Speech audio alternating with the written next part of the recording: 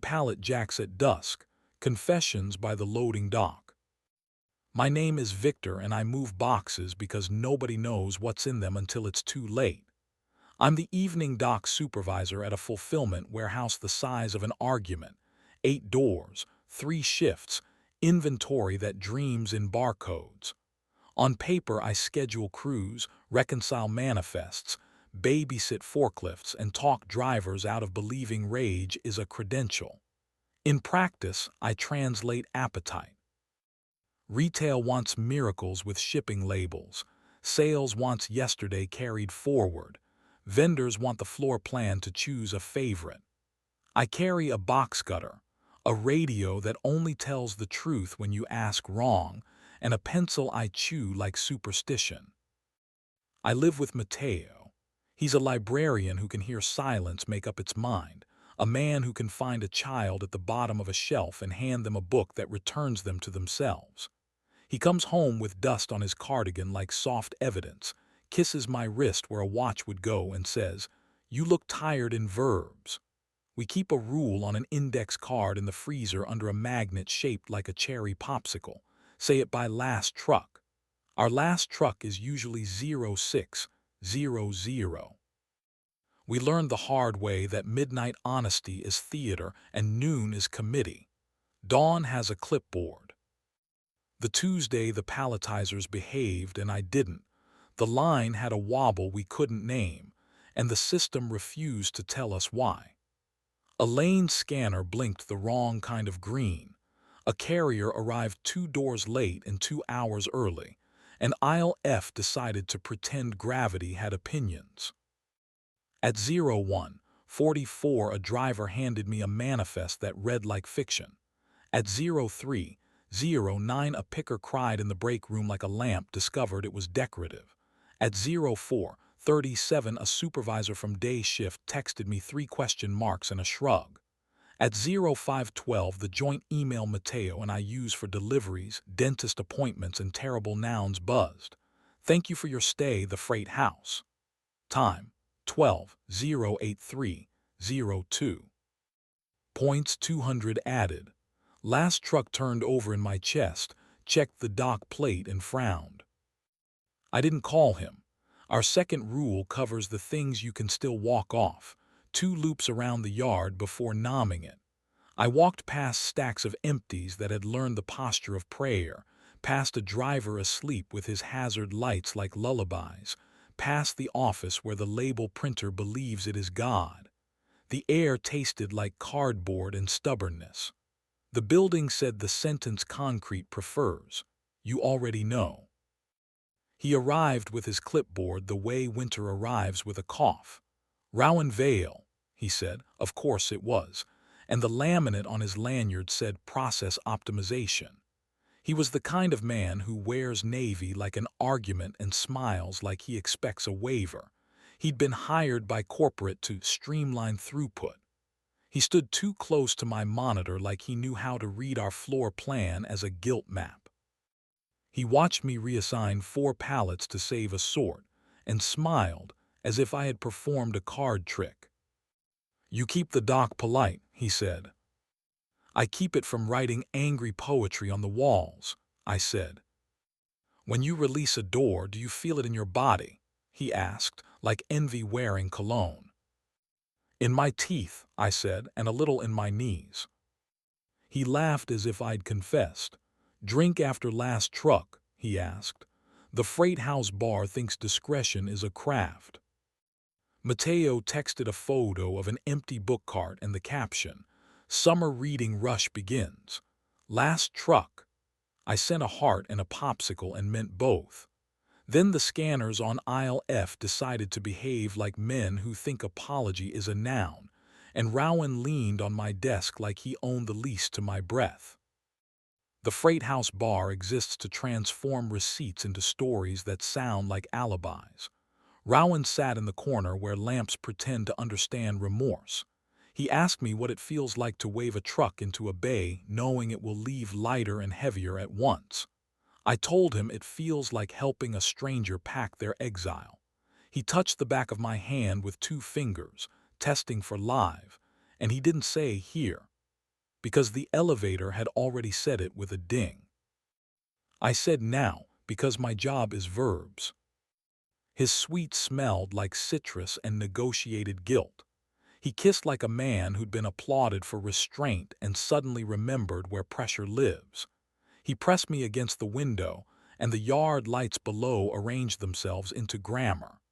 He was generous in places biography funds generosity and selfish, where a mouth confesses it is made of nerve endings, not policy. I put my hands where agreements live. We left the lamp on because daylight had been added to the terms when the lobby carpet told our feet what to do. After he lay on his back and watched the sprinkler like it might rule in his favor. "You'll forgive him," he said, meaning Matteo, meaning a man who gives people maps for a living. "I'll speak by last truck," I said.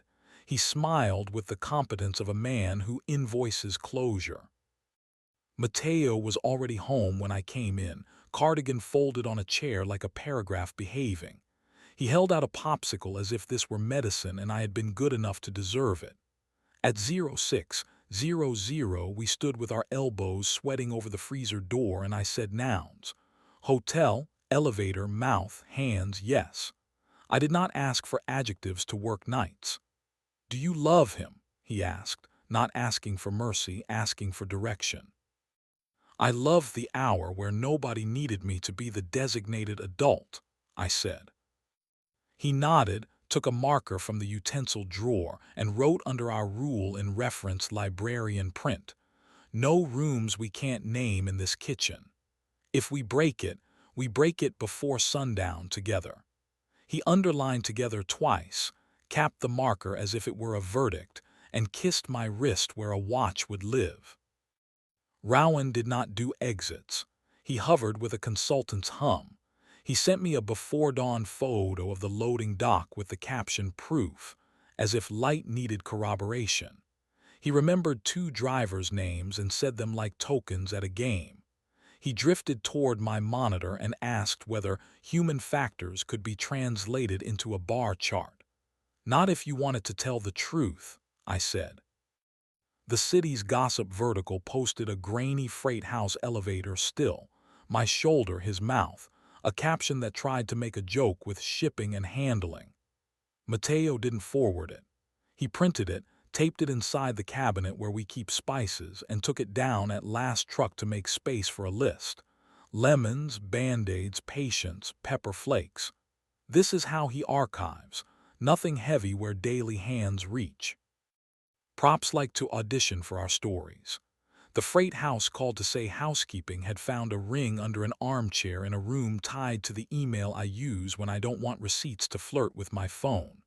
Thin gold, engraved R+V on the inside like arithmetic that wanted to be law. Not mine. The clerk asked if I wanted to claim it. "Hold for owner," I said, with the voice I use when telling a driver the bay they want is not the bay they get. Work tried to rescue me with honest physics. A floor jack bled out. A carrier sent a driver who couldn't find his own brakes. Aisle F remembered gravity as a team sport. I reassigned, recomped, rewrote a plan that had been proud of itself an hour ago. Rowan texted, "You're very good when the room is afraid." I typed, "I prefer accurate," and watched my thumb choose not to perform. Then a tiny red light winked under the break room table where red has no jurisdiction. Ramon from facility pointed with his chin like a man who has learned the shape of problems. Tape there. A matchbox recorder, cheap, patient, pharisaical. It had been collecting the soft part of us. How a picker converts a child's birthday list into a path through the universe. The way a driver says the name of a town as if it is still an option. The first draft of apologies committed by coffee. The sticker on the battery belonged to a workplace experience firm corporate had hired to drive culture transformation. Rowan had name-dropped their founder with the fondness men keep for adjectives they can invoice. I peeled the recorder off with my box cutter and slipped it into a Ziploc because rumor is an oil you can't wash out after it soaks. Legal wrote a memo with the word regrettable 4 times and consent twice. HR printed decals in a font that refuses to flirt. Recording devices prohibited.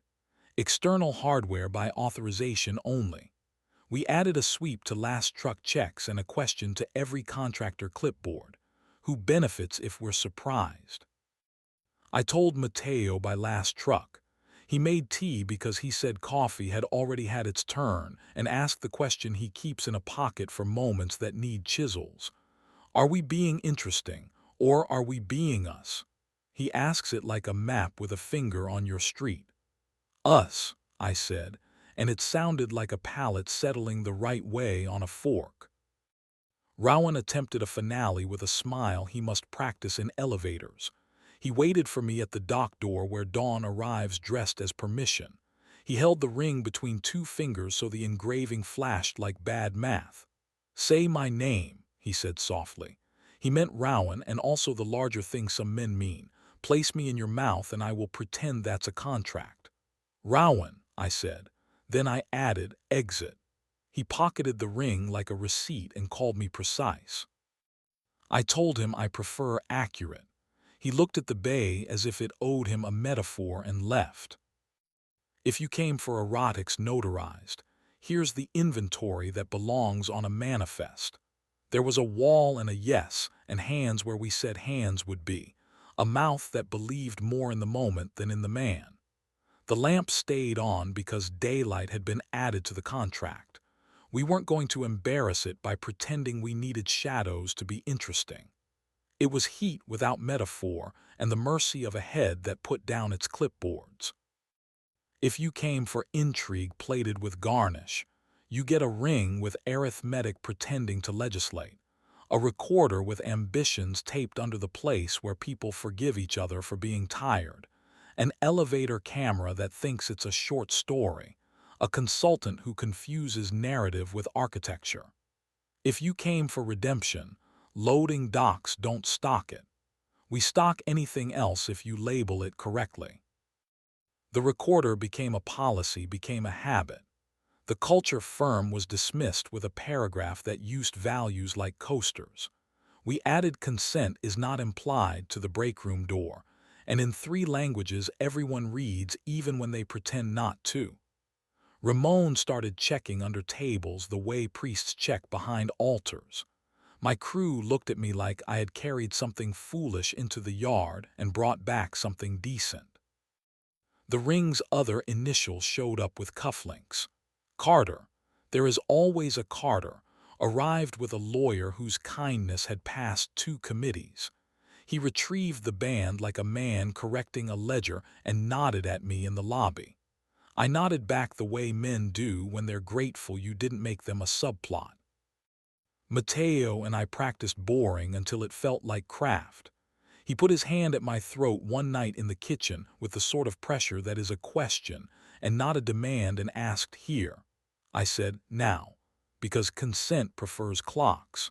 After, he laughed into my shoulder like he had found a sentence with exactly the right number of syllables.